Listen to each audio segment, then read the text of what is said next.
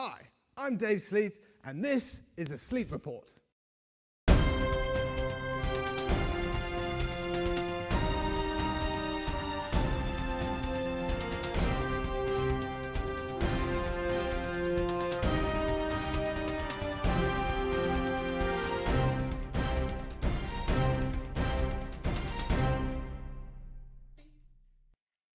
In the beginning, there was God, and God is brilliant. He made a perfect world and some people to live in it, and he was king of the world. But it all went wrong.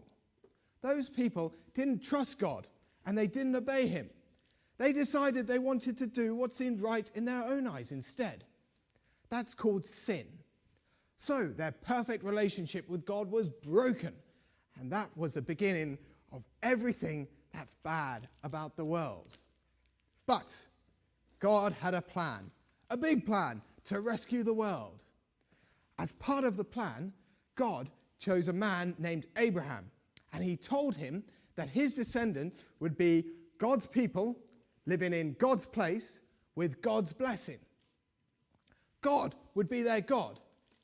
God looked after Abraham, his children, his grandchildren, and his great-grandchildren, and eventually, just like he promised, Abraham had loads of descendants, which was unexpected when you think that Abraham didn't have any children until he was 86, which is properly old. Just like he promised, God chose Abraham's descendants to be his people. He was their God, and they were called the Israelites. And God rescued his people, the Israelites, from Egypt, where they were being made to work as slaves, which they didn't like very much.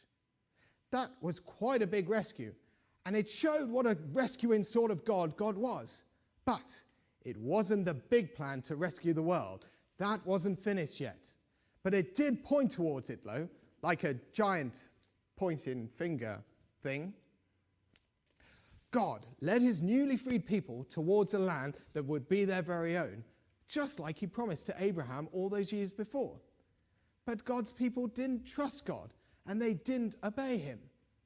They didn't really think that God could look after them, like he said. And they wanted to do what seemed right in their own eyes. So God punished them by making them live in the wilderness for a generation instead of going straight in their land. Eventually, though, after 40 years of going round and round in circles in a desert, God took the Israelites into their very own land, Canaan. God's people were in God's place, just like he promised.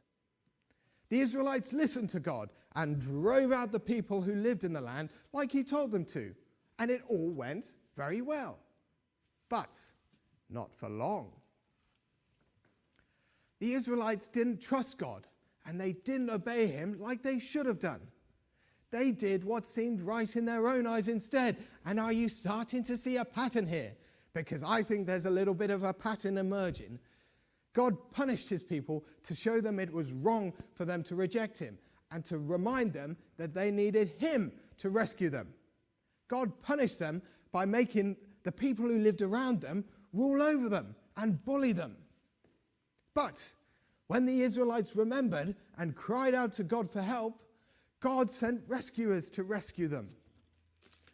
God's people turned their back on God. God punished his people. The people cried out to God, and God rescued his people. It happened over and over again. First, they were rescued by a man called Othniel.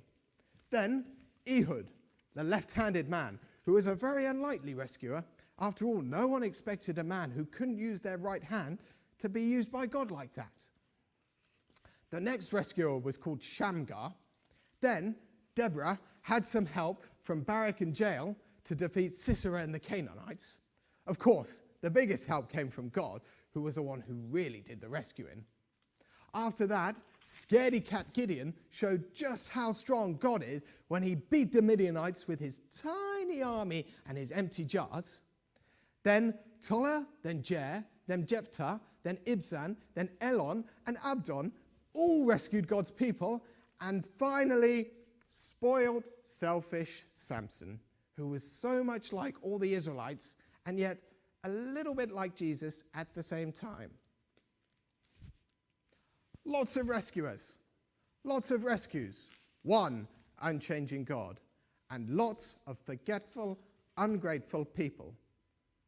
Each time a rescuer died, God's people turned away from God and did what seemed right in their own eyes instead.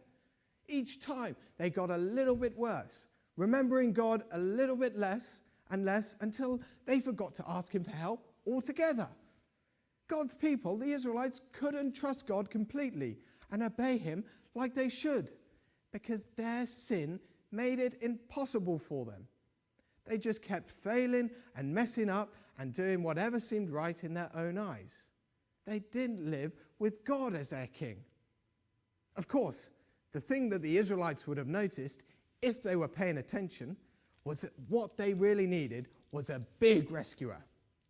And the thing that we should have noticed if we're paying attention is that God's people needed a really big rescuer.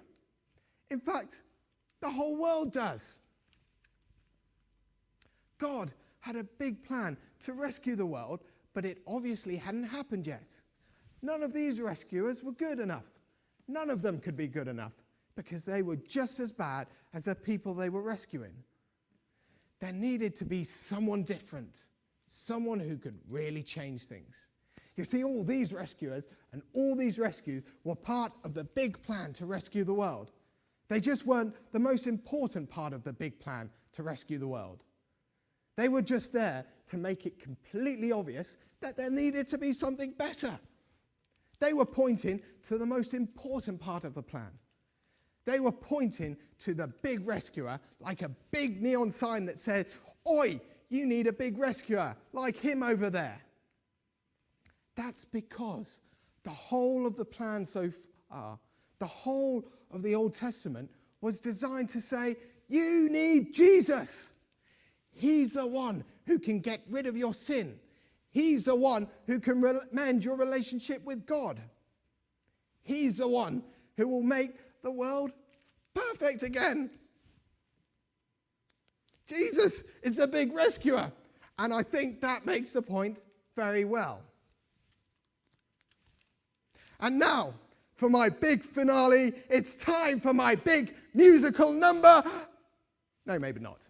I'll just say goodbye then. Goodbye.